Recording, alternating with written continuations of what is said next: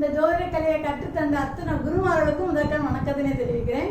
இன்னைக்கு போடக்கூடிய வீடியோ என்னன்னா, ஆகஸ்ட் மாத ராசி பலன்களை மீன ராசிக்கு.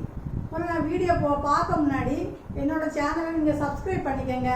பக்கத்தில் இருக்க பெல் பட்டனை கிளிக் பண்ணீங்கன்னா தான் நான் டெய்லி போடக்கூடிய வீடியோ உங்களுக்கு ஆட்டோமேட்டிக்காக வந்துகிட்டே இருக்கும். நான் இனிமேல் ரெகுலராக போட்டுகிட்டே இருப்பேன். நிறைய விஷயங்கள் நீங்கள் கேளுங்க, நான் அதையும் செய்கிறேன். ஓகேங்களா? அதனால் லைக் பண்ணுங்கள், ஷேர் பண்ணுங்கள், கமெண்ட்ஸ் கொடுங்க. ஓகே, இன்னைக்கு பார்க்கலாம் வீடியோக்குள்ள. சரி, மீன ராசி. மீன ராசிங்கிறது காலபுருஷனுக்கு 12வது வீடு. அப்போ அதில் தான் சந்திரன் இருப்பார். ஓகே, இப்போ அவங்களுக்கு விரய சனி நடந்துகிட்டு இருக்கு. இப்போ விரய சனின்னு சொல்லும்போது என்னது, பண விரயமாகுமா, பொருள் விரயமாகும், மன விரயமாகும். அப்போ எல்லாமே விரயமாகும்னா நம்ம என்ன செய்யணும், நம்ம பணத்தை கையில் வச்சுக்கிட்டே இருக்கக்கூடாது. இந்த பையில் வச்சுருந்தீங்கன்னா ஏதாவது ஒரு இதை செலவாயிடும். அதுக்காக நீங்கள் என்ன செய்யணும், சுப விரயமாக ஆக்கிடணும். ஒன்றுலாம் டெபாசிட் பண்ணி வச்சுருங்க. அதெல்லாம் ஒரு வீடு ஏதாவது வாங்கிட்டீங்கன்னா அது ரூபாய் அப்படி இருந்தால் கையில் இருந்தாச்சுன்னா அது விரயமாகக்கூடிய வாய்ப்பு இருக்குது. ஓகே, இப்போ நம்ம ராசி அதிபதியை பாருங்கள், 3ஆம் வீட்டில் இருக்கிறார். 3ஆம் வீட்டில் குரு இருந்தால் நல்லதா? நல்லது தான். அதாவது குரு இருக்கிற இடத்துல வேலை செய்ய மாட்டார். அவர் பார்க்குற இடம் தானே வேலை செய்யும். அப்போ அவர் மறைவு ஸ்தானத்தில் இருக்க நல்லது தான். பொதுவாக 3ல் குரு இருந்தாலே ஒரு குழந்தை பிறந்த பிறகு அவங்க அப்பாவுக்கு இடமாற்றம் இருக்கும். நிறைய பேர் வேலைக்கு இடமாற்றம் கேட்டுகிட்டே இருப்பாங்க. கிடைக்கல நினைப்பாங்க. ஒரு குழந்தை பிறந்த பிறகு இடமாற்றம் கிடைக்கும். ஓகே, அப்போ அது ரொம்ப அதிர்ஷ்டமான ஒரு இதுதான். அதே 2ஆம் அதிபதியாக அது கூட இருக்கிறார். அதில் இருக்கும்போது மேக்சிமம் உங்களுக்கு உள்ளூரை விட வெளியூரில் இருந்தால் தான் உங்களுக்கு பேர் புகழ்லாம் கிடைக்கிறதுக்கு வாய்ப்பு இருக்குது. இதுவே 3, 8க்கு அதிபதியை பாருங்கள், சுக்கிரன் 6ல் போய் இருக்கிறார். அப்போ இது 3ஆம் இடங்கிறது உபஜயஸ்தானம். அவர் இன்னொரு உபஜயஸ்தானத்தில் போயிருக்கார். உபஜயஸ்தானம் 3, 6, 10, 11.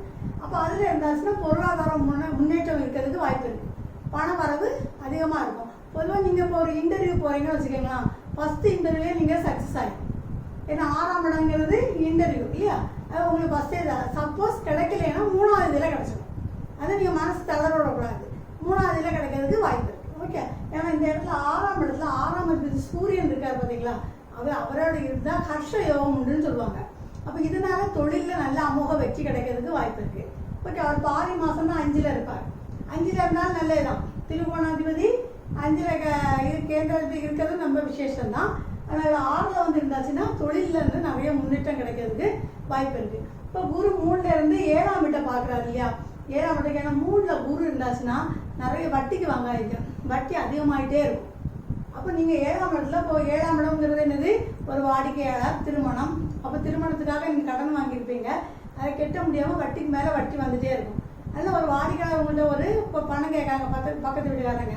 அது நம்மளால அவங்க தர முடியாத சூழ்நிலையில் இருக்கும்.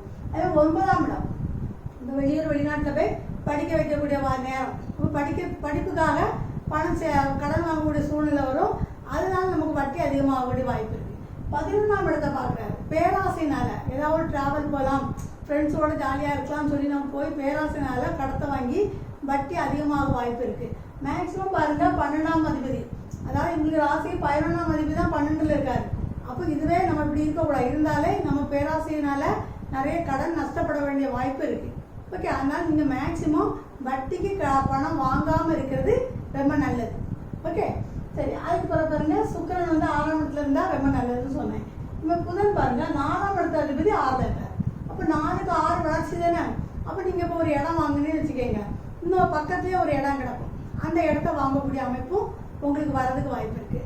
ஓகே, பொதுவாகவே உங்கள் ஜாதகத்திலே பாருங்கள், இந்த புதனும் சூரியனும் 6ஆம் இடத்துல சேர்ந்து இருந்து, அதாவது அஸ்தங்கம் ஆகக்கூடாது, வக்ரம் ஆகக்கூடாது, ஆகாமல் அப்படி இருந்தால் நிபுண யோகம்னு சொல்லுவாங்க. இந்த யோகத்தால் நீங்கள் ஒரு பாவப்பட்ட வீட்டில் பிறந்தா கூட கோடீஸ்வரா வரதுக்கூட வாய்ப்பு இந்த இதில் இருக்குது. ஏன்னா சூரியன் ஹர்ஷ யோகம் பெற்றா அது இருக்கிறதுக்கு வாய்ப்பு இருக்குது. ஓகே, சரி. அடுத்தது பாருங்கள், எல்லா கிரகமும் சொல்லிட்டேன்னா செவ்வாய் 9ஆம் இடத்தை பார்க்குறாரு. அதாவது 9ஆம் இடம்ங்கிறது தான் நம்ம மாஸ்டர் டிகிரி சொல்லுவோம் இல்லையா? இப்போ டிகிரி படிக்கிறதுக்கு அப்போ நீங்கள் இப்போ இந்த மாதிரி இருக்கணும். இது 9ஆம் இடங்கிறது காலபுருஷனுக்கு 8வது வீடு.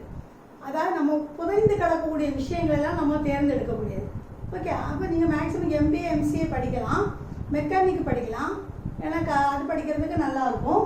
அதை நீங்கள் இதை அதாவது உள்ளுக்கு உள்ளுக்கு இருக்கக்கூடிய எல்லாம் படிப்பாங்கல்ல, இந்த மண்ணியல் இந்த மாதிரிலாம் படிப்பாங்க. அந்த மாதிரி படிப்பெல்லாம் உங்களுக்கு சூப்பராக ஒர்க் அவுட் ஆகும்.